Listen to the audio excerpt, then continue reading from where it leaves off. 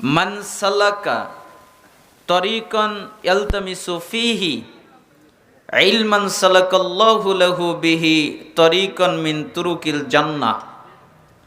যে ব্যক্তি জ্ঞান অর্জন করার জন্যে, ইলম অর্জন করার জন্যে, কোরআন এবং হাদিস জানার জন্যে কোনো জায়গায় যায়, আল্লাহ এর বিনিময়ে তার জান্নাতের পথকে সহজ সরল সঠিক করে দেয়।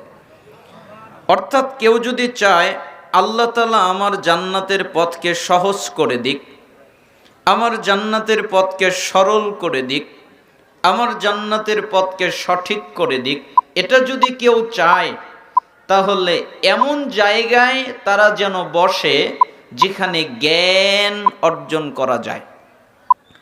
দারিমির 271 নম্বর হাদিস, রাসূল সাল্লাল্লাহু আলাইহি ওয়াসাল্লাম বলেন, যে ব্যক্তি জ্ঞান অর্জন করার জন্যে রাত্রে সামান্য একটু সময়, অল্প সময় জ্ঞান অর্জন করে, সারা রাত তাহাজ্জুদ পড়লে আল্লাহ তাআলা যে নেকি দান করেন, যারা জ্ঞান অর্জন করে রাত্রে অল্প সময়, আল্লাহ তাদের ওই নেকি দান করেন। অত্র হাদিস দ্বারা বোঝা যায় তাহাজ্জুদের চেয়ে জ্ঞানের মর্যাদা আল্লাহর কাছে অনেক বেশি।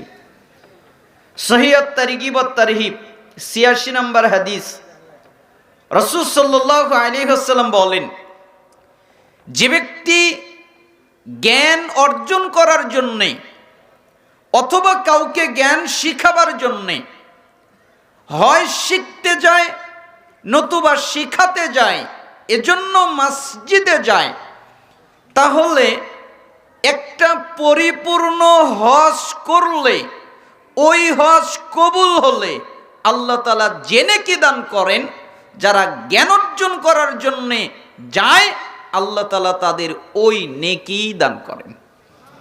অত্র হাদিস দ্বারা বোঝা যায় হজের চেয়ে জ্ঞানের মর্যাদা আল্লাহর কাছে অনেক বেশি। মিশকাতুল মাসাবি 225 নম্বর হাদিস, রাসূল সাল্লাল্লাহু আলাইহি ওয়াসাল্লাম বলেন, মান খারাজা ফি তালাবিল ইলম ফাহুয়া ফি সাবিলিল্লাহ হাত্তা ইয়ারজি'।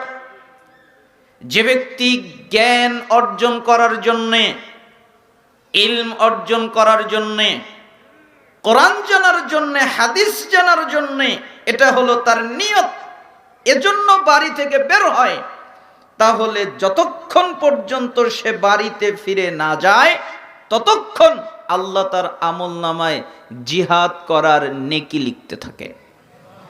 তার মানে জ্ঞানের মর্যাদা জিহাদের চেয়ে বেশি, জ্ঞানের মর্যাদা তাহাজ্জুদের চেয়ে বেশি, জ্ঞানের মর্যাদা হজের চেয়ে বেশি, জ্ঞানের মর্যাদা জিহাদের চেয়ে বেশি।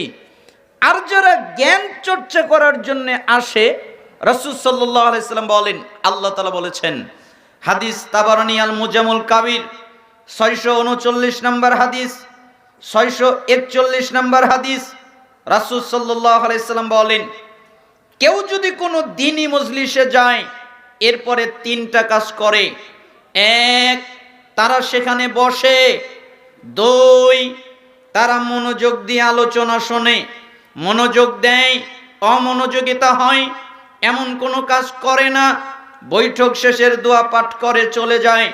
আল্লাহ তাআলা বলেন, মুহাম্মদ জি আপনি বলেন, কি বলবো?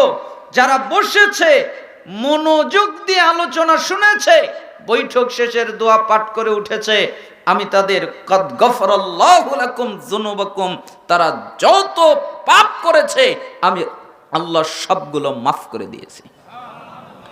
আমি আল্লাহ কারো পরোয়া করি না। তার পাপ হতে হতে যদি আসমান এবং জমিন ছেয়ে যায়, আসমান এবং জমিন পর্যন্ত যদি পাপ করে, এত পাপ করেছে, এর পরেও দ্বীনি মজলিসে বসে মনোযোগ দিয়ে কোরআন হাদিস শুনে সুন্দরভাবে জ্ঞান অর্জন করে, আমি তো তাদের পাপ ক্ষমা করে দেই। ওয়া বুদ্দিলাত সাইয়্যাতিকুম হাসানাত, এবং তাদের যত পাপ আছে আমি আল্লাহ সবগুলোকে নেকিতে পরিণত করে দিই। পাপ নেকি। সালাত আদায় করলে পাপ ক্ষমা হয়, পাপ নেকি হয় না। যাকাত দিলে পাপ ক্ষমা হয়, পাপ নেকি হয় না। সিয়াম পালন করলে পাপ ক্ষমা হয়, পাপ নেকি হয় না। হজ করলে পাপ ক্ষমা হয়, পাপ নেকি হয় না। পৃথিবীতে কোনো আমলের মাধ্যমে, শরীয়তে যত আমল আছে, কোন আমলের মাধ্যমে পাপকে নেকি বানানো যায় না। পাপকে নেকি বানানোর জায়গা পৃথিবীতে একটা, সেটা হলো দ্বীনি মজলিস। এখানে বসে মনোযোগ দিয়ে কোরআন হাদিস শুনলে পাপও ক্ষমা হয়, এবং যত পাপ করেছে আল্লাহ সবগুলোকে নেকিতে পরিণত করে দেয়। অতএব আমি আপনাদের কাছে অনুরোধ জানাচ্ছি, আপনারা মনোযোগ দিয়ে কোরআন হাদিস শুনবেন। আশা করছি আপনাদের উপকারে আসবে।